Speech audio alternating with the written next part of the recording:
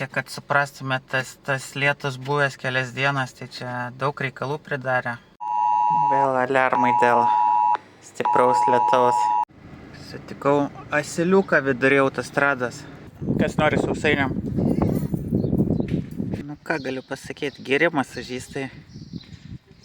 Norėtas arbatpinigių palikti.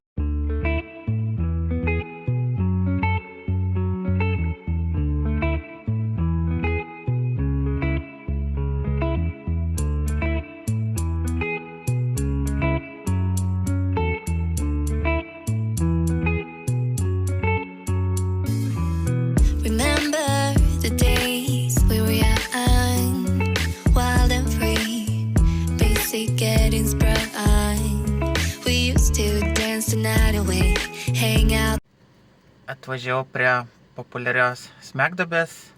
Jinai randasi 1,5 valandos kelio nuo sostinės Muskato ir vaizdai pakeliui, įspūdingi. Kažkoks tai, nežinau, man tai kosmosas. Kažkokie tai Marso kanjonai, tie tokie kalnai, tas spalvas smėlio jų, tokios rudos smėlio spalvos, atrodo įspūdingai. Nors jau 4. dieną čia Omane, kažkiek jau akis įpranta, bet vis tiek dar įspūdžių labai daug. Ir čia aplink Smegduobę visur aplinkui kalnai, o grubiai už 500 metrų yra paplūdimys.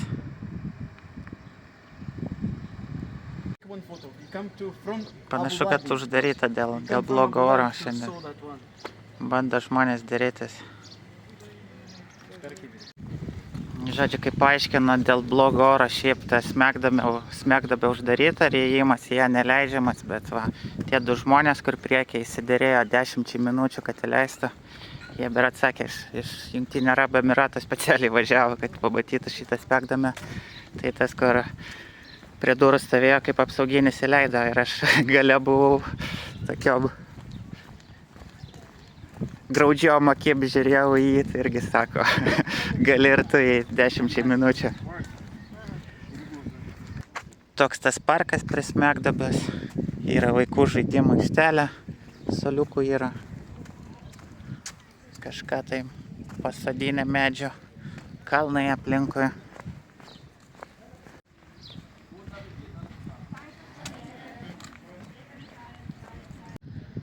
Tai štai ir mūsų ta Smegduobė. Įprastai, kai oro sąlygos netrukdo, tai joje galima maudytis, eina net ir laiptai. Bet šį kartą nepavyks. Taip, šitais laiptukais aš trepsėčiau žemyn ir šokčiau į vandenį. Bet ne visada norai su realybė sutampa.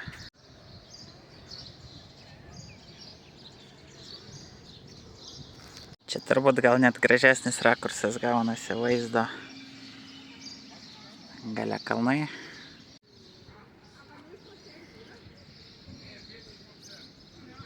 Tai, žodžiu, esmė tokia. Įleido 10 minučių, šiaip dirba, matote, darbo laiką. Ir žadėjo, kad rytoj 8 ryto, jeigu atvažiavus, tai tada turėtų būti viskas gerai. Turėtų leis maudytis. Sekanti mano stotelė turėjo būti toks kaip tarpeklis, urvas, čia vietoj vadinamas Vadi, bet pasirodo ir šiandien ir rytoj jis uždarytas. Čia man prie šitos Smegduobės bent jau taip paaiškino ir kada atsidarys neaišku. Tai žodžiu, planai planais, bet oras visgi planus pakeičia greitai. Ką darysim? Taip jau būna keliaujant. Teks dabar galvoti, kur toliau važiuoti. Tai čia, kad suprastume, tas lietus buvęs kelias dienas, tai čia daug reikalų pridarė. Aš kadangi buvau aplink Muskatą, tai nesijautė, gerai, ten kažkiek vandens gatvės ir panašiai, šiek tiek tokie minimalus potvyniai, atrodo nieko dar tokio baisaus, nieko tokio kritiško Vilniui, dažnas vaizdas, kad gatvės skęsta. Bet pasirodo esmė, kad jau 17 aukų yra. Kažkurioj tai šalies vietoje autobusą su moksleiviais nunešė. Ir didžioji dalis iš tų 17 žuvusių moksleiviai yra. Tai buvo planas vykti į kalnus, bet dabar jau reikės turbūt atsargiai sekti informaciją, aplamai kas vyksta. Tai, žodžiu, kol kas mokyklos uždarytos Ir kiek žiūrėjau internete, 5 rajonuose šalies aplamai išsiųsti žmonės dirbti iš namų, bent jau privačiam sektoriui. Tokie tie reikalai čia gaunas. Ir kiek mačiau, aplinkinėse šalyse irgi žada stiprų lietų, audras. Tai ir Emiratuose, ir Bahreinė.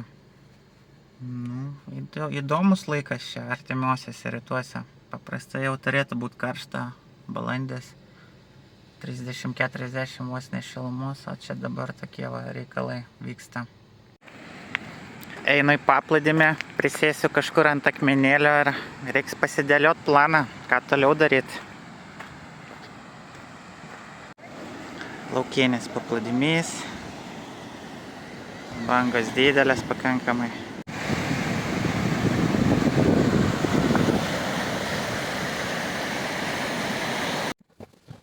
Sėdžiu ant akmenėlio, jūra ošia ir galvoju, kad turiu dar Omane 3,5 dienos ir visų dienų planai va taip sugriuvo. Pam akimirksnių nebėra, nes šiandien pusdienį planavau praleisti tam urvę tarpeklį, kuris artimiausiam dienom uždarytas ir sekantis dienas planas buvo vykti į miestą Nizvą, vienas iš seniausių miestų Omane, kažkada tai buvo ir sostinė senoji, bet tam regione žmonės išsiųsti dirbti iš namų, tai vėlgi reikia manyti, kad ne pati geriausia idėja būtų, tai reiks būt kažką. Planą BCD galvot. Ką darysi? Teks pasitelkt fantaziją, šiek tiek kūrybiškumo jungti. Iki to mano minėto tarpeklio 20 minučių kelio, tai visgi važiuoju, pabandysiu susimedžioti informaciją, aplamai ko tikėtis artimiausiam dienom, kokios prognozės, gal kažką konkrečiau sužinosiu. Ar aplamai šitoj kelionėj pavyks į jį papult ar ne. Tada žinosiu bent jau plius minus prognozės kokios.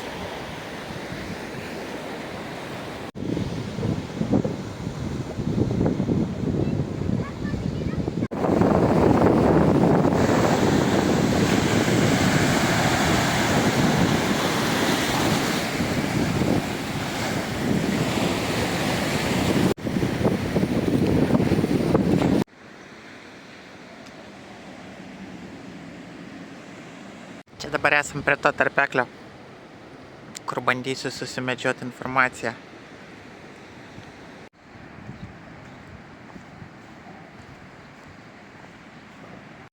Čia panašu lietaus būta nemažo.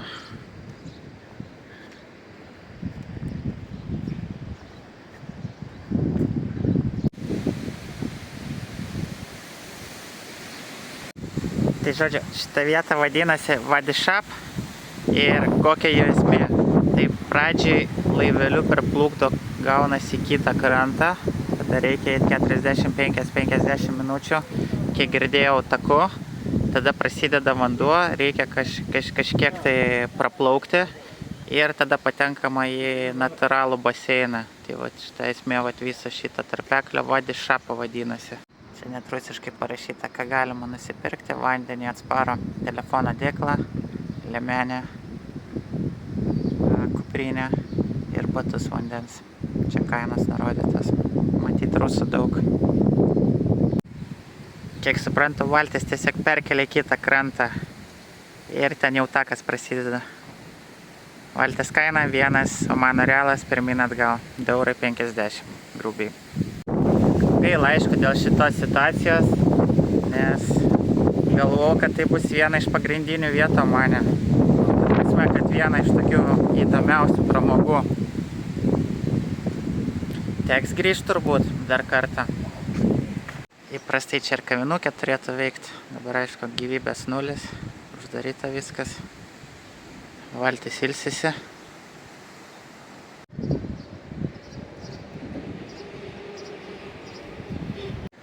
Sutikau vietinį, kuris už mano nugaros, tai labai pasisekė, sakyčiau, žmogus gerai šneka angliškai, jisai dirba su valtim.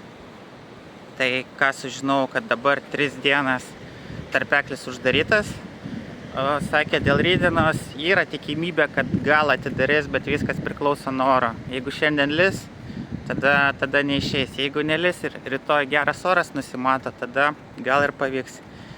Nes, nusako, vienas dalykas, pavyzdžiui, čia gali būti, kad ir nelyja arba nesmarkiai lyja, bet tai vanduo per tą tarpeklį eina iš kalnų. Jeigu kalnuose stipri liūtis, gaunasi pavojinga automatiškai.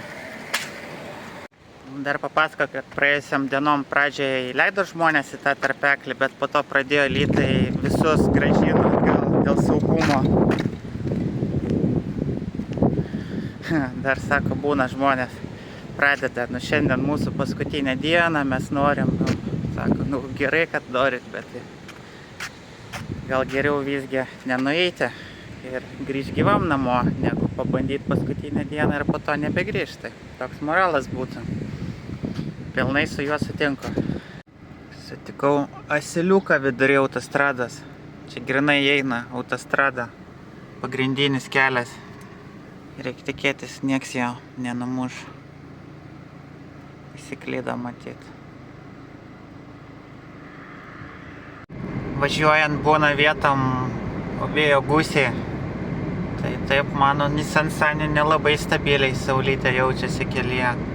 Bet ne visur. Būna tam tikri ruožai tik tai. Jau pradeda lynuoti. Jūros pusė aplamai dangus tamsus. Tai prognozės, sakyčiau, kol kas tokios nekokios.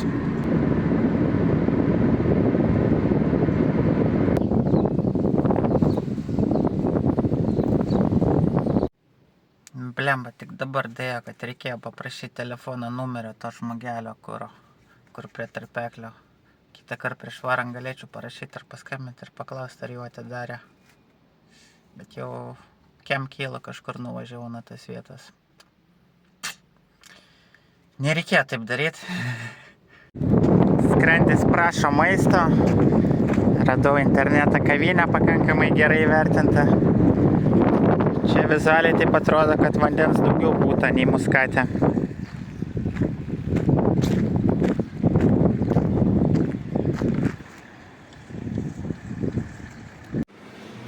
Vieta taip pakankamai tvarkingai atrodo. Net pagal meniu. Taip šiuolaikiškai. Bandysim rinktis maistą. Čia įdomi minčių visai yra, kada žmogaus skrandis yra pilnas, jokio skirtumo, jisai turtingas ar vargšas. Čia šitam miestelį atrodo, kad jie gyvena tokį siestos principų, nes žiūrėjau meniu, sako, yra tik tai birjanis. Tai užsisakiau birjanį, man jisai tiko, viskas gerai, tada paprašiau arbatos, sako, arbatos nėra, kavos nėra, sakau, kame problema, sako, nuo 5 valandų tik tai galima, tai sakau, kodėl taip? Sako, darbuotojas miega, kuris ten kavas arbatas daro.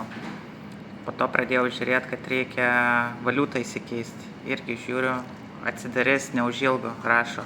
Pasižiūriu darbo valandas, tarp 1 ir pusės 5 nedirba, žodžiu, dirba nuo ryto ir po to nuo pusės 5 vakaro, ten kažkas iki 9 plius minus. Tai gyvena kaip Ispanijoje, siestos ritmu turbūt. Štai koks birjanis atkeliavo viduj jautiena. Nežinau, ar video perteiks, bet tos mėsos daugybė. Atrodo nedidelis dubenėlis, bet va, kiek dar dubenėlė liko, kiek lėkštėj maisto. Bus sudėtinga veikti. Maistą įveikiau, reikėjo pasistengti. Sumokėjau 4 eurus. Kainos kaip ir Katare iš tikro. Labai lengva skaičiuoti, nes vienas Omano realas gaunasi apie 10 Kataro realų, tai labai lengva pasilyginti kainas, praktiškai tos pačios, sakykim. Tai važinėjame miestelį Sur, tai va čia tokia pėsčiųjų alėja, suoliukai padaryti, pavėsinės, paplūdimys, sportininkam aikštelė yra, tinkelnį chebra žaidžia. Labai gerai atrodo.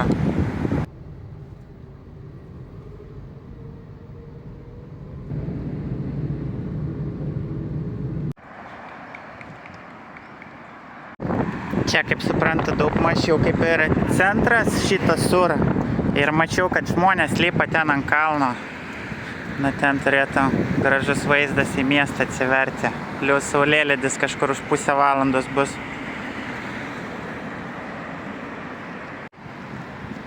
Radau takelį, leipam į viršų.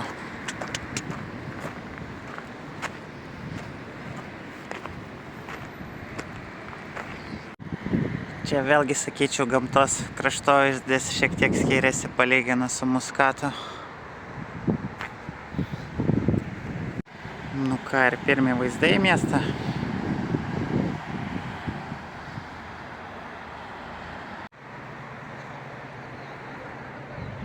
Žodžiu, kita pusė vaizdas toks, kažkoks tai bokštas, ale tvirtovė yra. Čia va tiltas. Ir miestas, ir ten liktai senamiestis yra. Kažkur va ten va.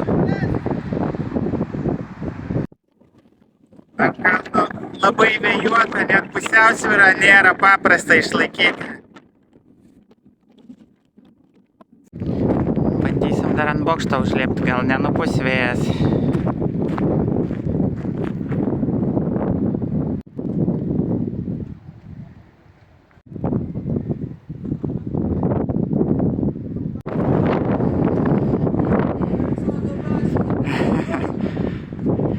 Hello. Vėjas toks smarkus, kad telefoną reikia laikyti dviem rankom. Iš čia dar geriau matosi miestas. Vienose šaltiniuose rašo, kad 70 000 gyventojų, kitur, kad 120. Abiem atvejais vis tiek tai vienas iš didesnių miestų Omane.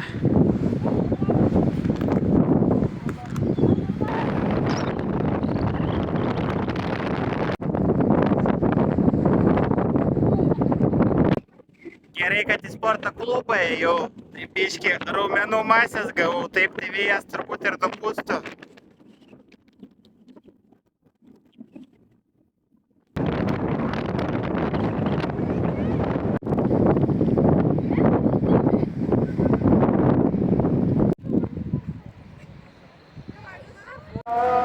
Saulė nusileido, leidžiasi gal net laikas maldai.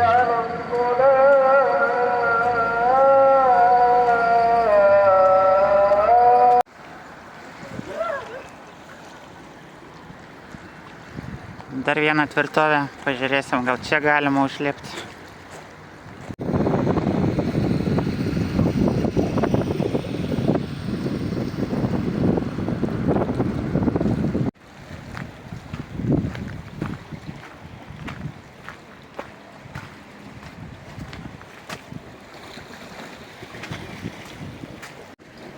Čia va takas eina dar į kažkokią tvirtovę.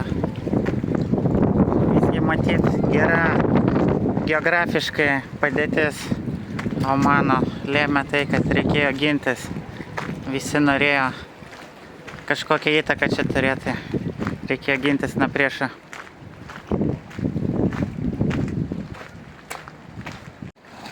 Turi ir švitriuką.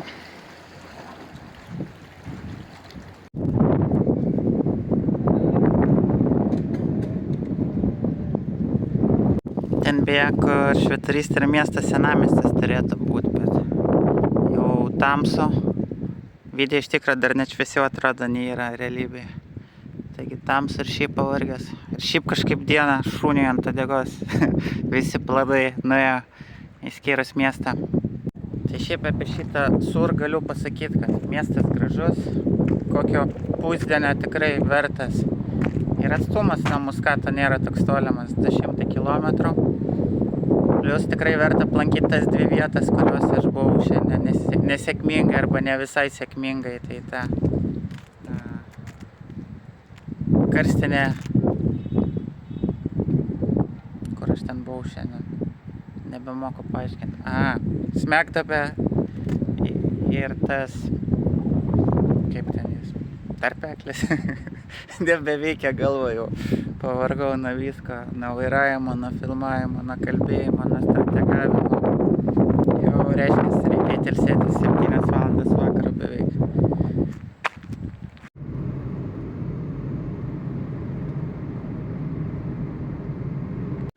Niekur nebevažiavau, tai viešbutukas čia Sur mieste bus.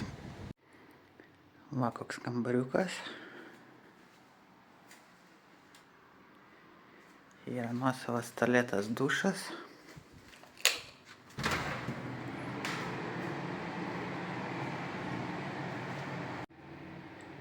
20 europinių pinigų šitas viešbutis kainuoja nakčiai. Vėl aliarmai dėl stipraus lietaus ir potvynių. Labas rytas. Nauja diena. Šiandien saulėta atrodo.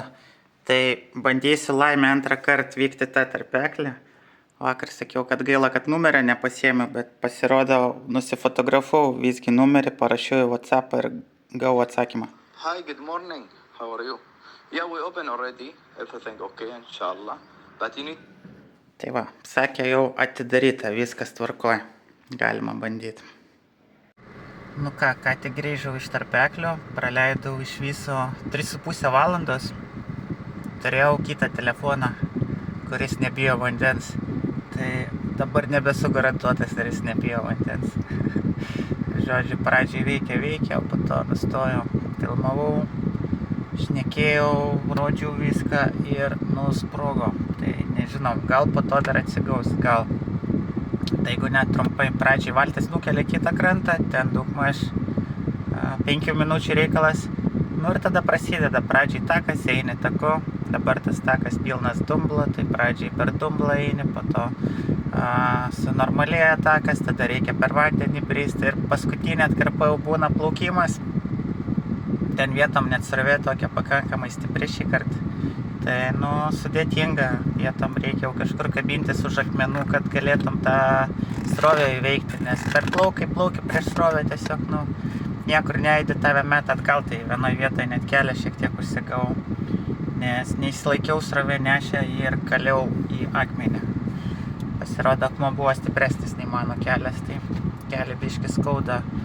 Ir tada praktiškai pačiam gale yra toks kaip urvas, per kurį paprastai buvo galima perplaukti, mačiau bent jau YouTube'ai, jisai yra siauras pakankamai, bet vis tiek žmonės perplaukdo be problemų. O dabar, kadangi vandens lygis ant tiek pakilęs, tai tas urvas ant tiek siauras, kad aš netelpu. Pastaruoju metu daug nevalgau, bet aš jau netelpu. Ir prie to urvo su manim buvo dar mergina viena iš Kinijos, tai jinai dar kudesnė už mane irgi netilpo. Bandėm kažką, žiūrėjom būdų, bet visgi nutarėm, kad geriau nerizikuoti. Tai va, šitą vietą vadinasi Wadi Shab, visiems rekomenduoju. Dar trumpas pastebėjimas, ką būtina turėti, tai vandens batus, nes basom nemanau, kad praeisi, ten visur akmenys. Kitas dalykas, tanktelį telefonai nuo vandenio, specialų. Net jei galvojat, kad jūsų telefonas nebijo vandens, nekartokit mano klaidų. Gerai, kad senas telefonas, tai visgi buvau pasiruošęs tokiai mažai tikimybei, kad visgi kažkas gali būti ne taip. Tai va, nurašysime kelionės nuostolius. Pietų metas, suvalgiau sumuštinį, dabar arbata su sausainiu. Turiu draugių, ne vieną, ne dvi. Labas. Sausainio. Kas nori sausainio? Nieks nenori. Ką, grįžtam prie smegdabės. Šį kartą gal labiau pasiseks. Žiūrėkit, kokie kalnai šiandien. Vakar debesų ten nebuvo. Paskendę kalnai debesyse. Gali būt, kad maudytis ir dabar neleis, bet jo neriboja bent jau laiką, sakė. Take your time. Tai reiškia, kiek nori, tiek gali būt. Vakar kažkaip 10 minučių te buvo, tai taip viskas labai buvo paskubom. Nespėjau net pasimėgauti. O šiaip tai gerai, šitą smegdabę gaunasi pakeliui, tai nieko čia ir neprarandu sustodamas.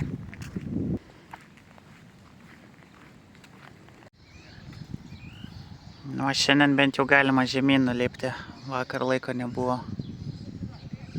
Dėl maudynių neaišku, nieks nesimaudo, bet nėra didelis nuostolis, bent jau yra pakankamai laiko pasimėgauti. Ką lipam žemyn?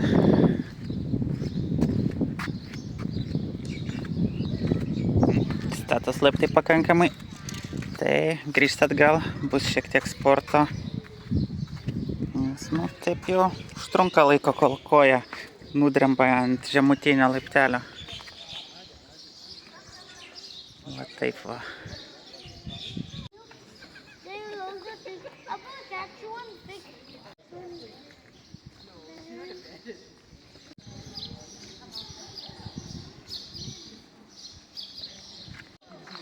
Sutikau žmonių, kurie sakė, kad maudėsi, tai reiškia, nedraudžia maudytis, galima, bandysiu ir aš iššokti trumpam į šitą smegduobę.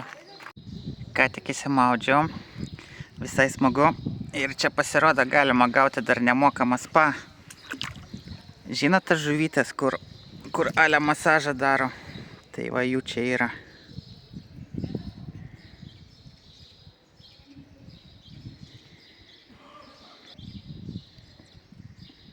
Nu, kaifas.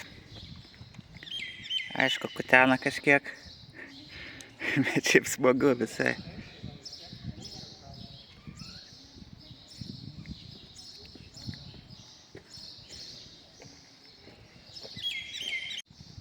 Nu ką galiu pasakyti, geri masažistai. Norėtųsi arbatpinigių palikti, bet nežinau kokiu būdu. Nieko neturiu aš jom čia įmest, gaila. Žodžiu, maudomės ant savo atsakomybės. Muskato municipalitetas nebus atsakingas, jeigu kažkas atsitiks. Po masažo būtų gerai ir prigult kažkur. Bet nėra kada. Iki šiandieninio galutinio kelionės tikslo dar 3 valandas kelio mažiausiai. Net ir niekur nestojant, dabar jau 4 valanda vakaro. Bevažiuodamas Kupranugarių sutikau. Čia jau bent 4. Pirmą kartą mane. Iki to tik asilai roškos papuldavo. Vakar reiškia potviniai, važiuoji per upę. Palecha, nesinorėtų ten atsidurti.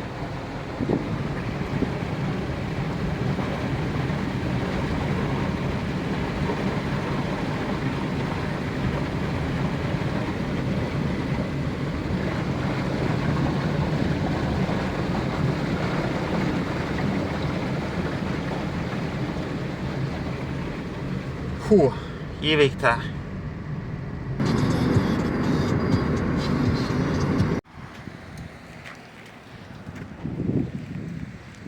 Pietų ar popiečių metas. Pasisakiau šavarmą ir arbatas. Va taip ir maitinamės. Kebabai arbata. Žodžiu, apie eurą kainavo. Ta šavarma, vištienos ir arbata. 400 vietinių centų.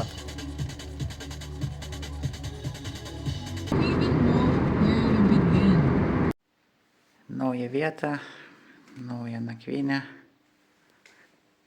23 eurasikai nakčiai.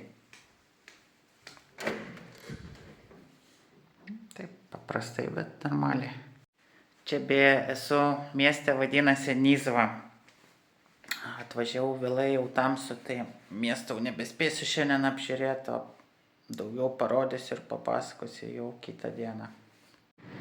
Dėl ko aš nemėgstu hostelių, kad negaliu tiesiog taip išmėti daiktų, kur nori, kaip nori. Dabar kambarys mano, darau, ką noriu. Kaip ten sakoma, jei palikti telefoną per naktį ryžėse, ateis kiniečiai ir sutvarkys telefoną. Žinau, kad santykiai tarp lietuvių ir kiniečių pastaruoju metu nekokie, bet kažkaip aš asmeniškai su jais nesipykštu. Tai labai tikiuosi, kad visgi ateis ir padės. Tuo labiau Omanas netaip ir toli nuo tos Kinijos. Nu va, kažkaip taip. Nu ką darysi, nuo žioplumo vaistų nėra. O jeigu yra, tai įmeskit man pavadinimą. Praverstų tikrai. Kokį įdomų dalyką pastebiu, kad duše jau ne pirmam šitaip šlangą ją pravedė. Kažkodėl ne čia, bet užblokuoja. Nežinau, įdomu, kodėl taip darom. Tai ačiū, kad žiūrėjot. Spauskit like, subscribe. Jeigu yra klausimų, rašykit komentarus. Iki.